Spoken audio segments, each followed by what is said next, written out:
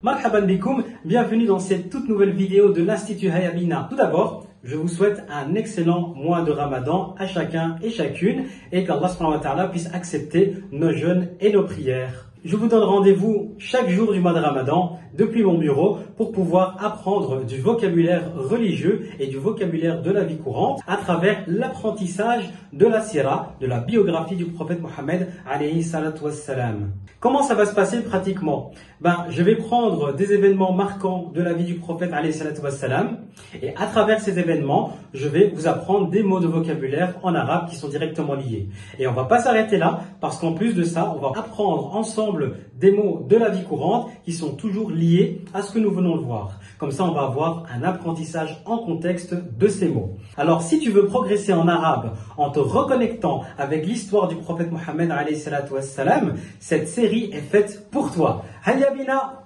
Aujourd'hui, on va parler de la naissance du prophète Mohammed alayhi salatu wassalam. Donc, en effet, on va parcourir sa naissance et tous les événements marquants autour de sa naissance.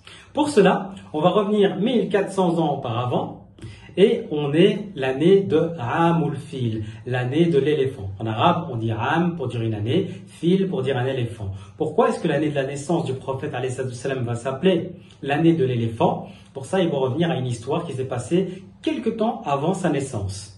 Donc on a une armée qui vient du Yémen. Cette armée part avec un général qui s'appelle Abraha. Abraha va aller avec un énorme éléphant et son objectif c'est d'aller à la Mecque pour détruire la Kaaba. Pourquoi est-ce qu'il veut faire ça, Abraha? C'est tout simplement qu'il veut détourner les Arabes de l'adoration d'Allah subhanahu wa ta'ala autour de la Kaaba. Donc il veut que les Arabes viennent à Sana'a pour pouvoir prier, pour pouvoir adorer Allah subhanahu wa ta'ala. Donc pour ce faire, il va se dire, je vais détruire la Kaaba, comme ça, lorsqu'ils voudront maintenant adorer Allah subhanahu wa ta'ala, c'est chez nous qu'ils vont venir à Sana'a.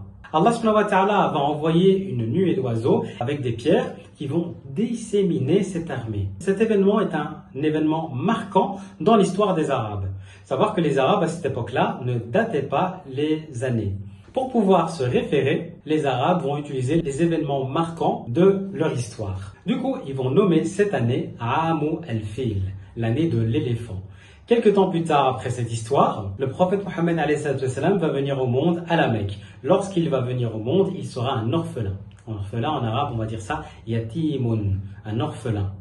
Il sera orphelin de son père. Son père qui s'appelle Abdullah va décéder avant la naissance du prophète Mohammed alayhi salatu wassalam. Sa mère, elle, s'appelle Amina bintu Wahb. Donc regardez, Amina bint Wahb. Amina, la fille de Wahb. Bint, ça veut dire une fille.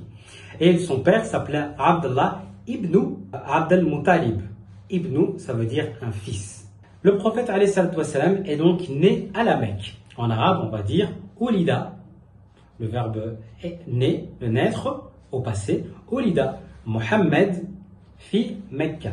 Donc, Mohammed est né à la Mecque. Lorsque vous voulez parler de vous-même, vous allez plutôt dire Ulidtu fi, par exemple pour moi, Bruxelles.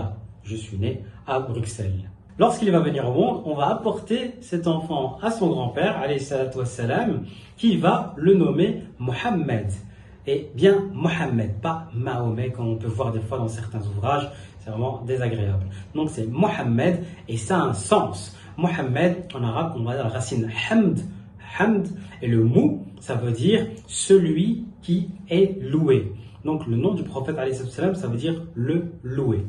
Il était tradition chez les Arabes d'envoyer leurs enfants dans la campagne pour pouvoir être allaités et aussi pour pouvoir les rendre plus forts dans la langue arabe, parce que c'est là qu'on va avoir la langue arabe pure, et aussi pour pouvoir les protéger des maladies. Pourquoi les protéger des maladies? C'est parce qu'à la Mecque, on a beaucoup de gens qui venaient de l'extérieur pour du commerce ou bien pour faire le pèlerinage ou la Umrah. De ce fait-là, des fois on avait un climat avec des gens qui venaient de l'extérieur qui pouvaient ramener des maladies et c'était dangereux pour les petits-enfants. Donc, on va avoir des gens qui vont arriver, une tribu, c'est la tribu de Benu Sa'd qui va venir, et une femme du nom de Halima, Halima Sa'diya, va venir à la Mecque en tant que nourrice. Elle va chercher des enfants pour pouvoir les allaiter. Énormément d'enfants qui sont déjà aisés seront déjà partis. Il va rester le prophète Mohammed alayhi salatu wassalam, qui est un enfant n'ayant pas de père, ayant juste sa mère. Clairement, elle savait qu'elle n'allait pas avoir de grands revenus. Et elle s'est dit peut-être que cet enfant nous apportera la baraka. Et elle avait tout à fait raison, parce qu'elle-même, comme elle va le dire, à partir du moment où le prophète Mohammed, cet enfant, va rentrer dans leur vie, il va avoir toujours la baraka. Ces animaux qui étaient chétifs vont commencer à être de plus en plus forts. Ces animaux qui avaient du mal à avoir du lait pour certains, vont commencer à donner coup de lait. Elle va dire, depuis qu'il est avec nous, on voit beaucoup de baraka autour de cet enfant. L'allaitement du prophète Mohammed va durer 2 ans. Au bout des 2 ans, Halima va revenir avec le prophète pour le rendre à sa mère. Mais elle voudra le garder auprès d'elle. Donc elle va demander à Amina, la mère du prophète est-ce qu'elle peut le garder dans la campagne. Elle va accepter, Amina, et il va repartir avec eux. On s'arrête là pour aujourd'hui. Dans les mots de vocabulaire que nous avons appris, nous avons oulida pour le verbe naître, nous avons am pour le mot année, et petite parenthèse pour le mot année, on peut aussi utiliser le mot sana. Globalement, ces 2 mots ont la même signification. Mais dans certains contextes, certains linguistes vont nous dire que la petite différence qu'il y a entre les deux, c'est que lorsqu'on va parler de am, on va parler d'années d'abondance où il y a de bonnes choses qui se sont passées. Alors que lorsqu'on va utiliser le mot sana, on va plutôt parler d'une année où il y a eu des difficultés.